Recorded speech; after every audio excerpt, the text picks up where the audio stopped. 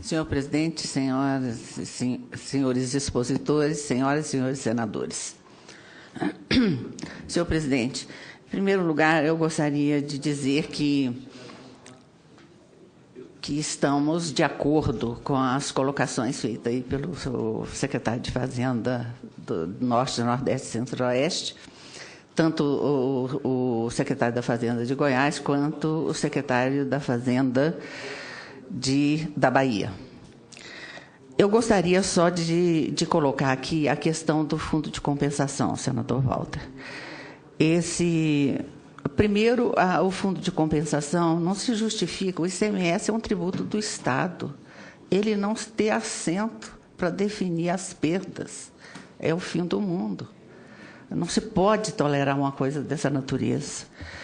Em relação ao Fundo de Desenvolvimento Regional, eu acredito que a proposta do secretário da Fazenda de Goiás é importante. A inversão de 75% para o investimento e 25% para financiamento.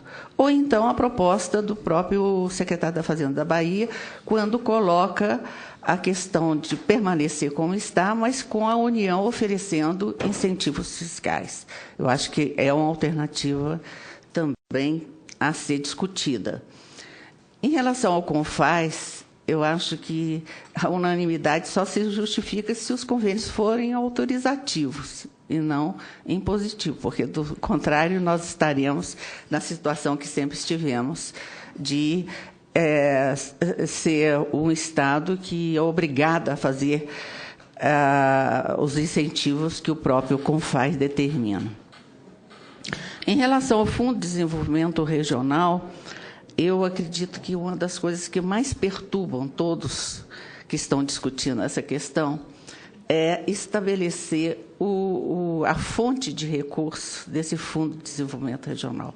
A gente tem experiências com a Lei Candir que nos faz pensar que nós não podemos ir para um Fundo de Desenvolvimento Regional sem que haja a fonte determinada e que os limites sejam estabelecidos nessa medida provisória. Isso é fundamental para que a gente possa, pelo menos, negociar. Em relação à questão de São Paulo, Calab, eu queria que você desse algumas informações para a gente ter um pouco mais de informação dos prejuízos que São Paulo tem com as alíquotas assimétricas. Primeiro, se houve uma queda de arrecadação, se alguma empresa deixou de sediar em São Paulo em função desses incentivos, ou se elas apenas expandiram o mercado através das nossas regiões. E outra coisa que eu queria dizer, como é que nós vamos compensar a diferença dos estados desenvolvidos, que têm vias de acesso muito melhores do que a nossa região, tem um mercado consumidor enorme, tem uma infraestrutura social totalmente diferenciada das nossas regiões e uma infraestrutura geral muito maior do que a nossa. Se, na ausência de um plano de desenvolvimento regional, e isso a gente tem batido constantemente aqui, não vejo a menor perspectiva de que haja esse plano, mesmo porque os organismos de desenvolvimento regional foram recriados, mas recriados contabilmente, com recursos contábeis e não financeiros.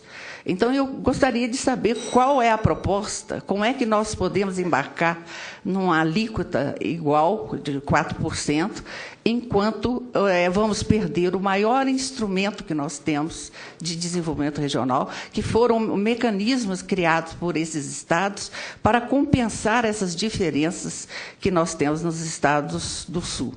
Portanto, eu deixo aqui essas perguntas e quero confiar que o nosso relator, que tem o maior respeito dessa casa, vai poder responder essas perguntas e essas inquietações que nós temos em relação aos nossos estados, Norte, Nordeste e Centro-Oeste.